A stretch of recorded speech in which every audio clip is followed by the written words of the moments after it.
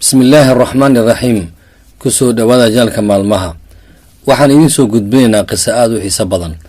qisadan waxay ku saabsan tahay faa'iida ay leedahay waxbixinta iyo sidoo kale alla kacabsiga. qisadan ayaa waxay dhex martay haweeney waayeel ah iyo nin boqor ah. nin boqora ayaa wuxuu go-aansaday inuu masjid dhiso, wuxuuna dadka u sheegay in ruux kale uusan waxba ku darsan karin dhismaha masjidka. boqorkii wuxuu dhisay masjid aada u qurux badan. kadib markii uu dhammeeyey dhismaha masjidka ayuu wuxuu ku qoray magaciisa si loo ogaado inuu isaga dhisay, dadkuna ay u ammaanaan. muddo kadib boqorkii isaga uu hordayo ayuu habeen wuxuu ku riyooday masjidkii oo magaciisa laga tiray, islamarkaana lagu qoray haweeney waayeela magaceeda. kadib hurdada ayuu kasoo toosay, markaasuu wuxuu ciidankiisa ku amray in masjidka lasoo fiiriyo islamarkaana lasoo ogaado in magaciisa laga bedelay in kale.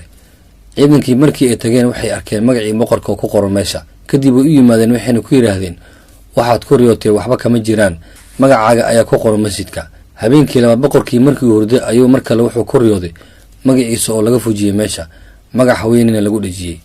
hurdada ayuu kasoo toosay, wuxuuna ciidankiisa ku amray in lasoo fiiriyo. markii ay tageen ciidankii sidoo kale waxay ku arkeen magaciisa ku qoran. kadib habeenkii saddexaad ayuu sidoo kale ku arkay islaan magaceeda oo lagu dhejiyey meesha, balse markaan wuxuu isku dayey inuu magaceeda qabto. markii waaga bari ayuu wuxuu yidhi, haweeneydan halay soo raadiyo. ciidankii waa ay soo raadiyeen. kadib waxay soo heleen haweeney waayeela oo faqiira oo meel bannaan iska joogto, waxayna u keeneen boqorka.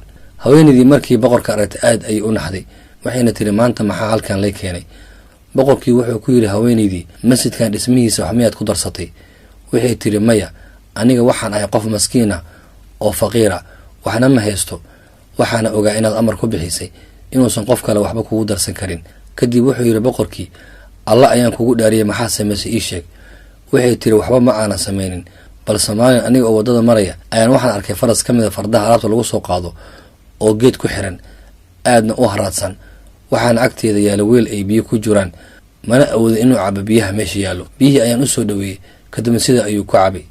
waxay tiri, wallaahi aniga intaa oo keliya ayaan sameeyey. boqorkii aad ayuu u xishooday, wuxuuna yidhi, arrintan waxaad u samaysay alla dartii, allana waa uu ka aqbalay. balse aniga markii aan masjidkan dhisayay waxaan u sameeyey in la yidhaahdo boqorka masjidkiisa, allana igama aqbalin camalkii aan sameeyey. wuxuu amar ku bixiyey boqorkii in masjidka magaciisa laga fujiyo islamarkaana loo qoro haweeneyda magaceeda, maadaamay camalkeeda u samaysay alla dartii. qisadan waxaynu ka faa'iideynaa camalka alla dartii aan loo sameynin inuu noqonayo mid aan la aqbalaynin, maxaa yeelay alla ma aqbalo camal aan wanaagsanayn. waad ku mahadsan tahay daawashada muuqaalkan. haddii aad ka cusub tahay janalka maalmaha, fadlan sabskaraab dheh gamaalkana reex si ay kuu soo gaaraan waxyaaba cusub aan soo dhigi doono. mahadsanid.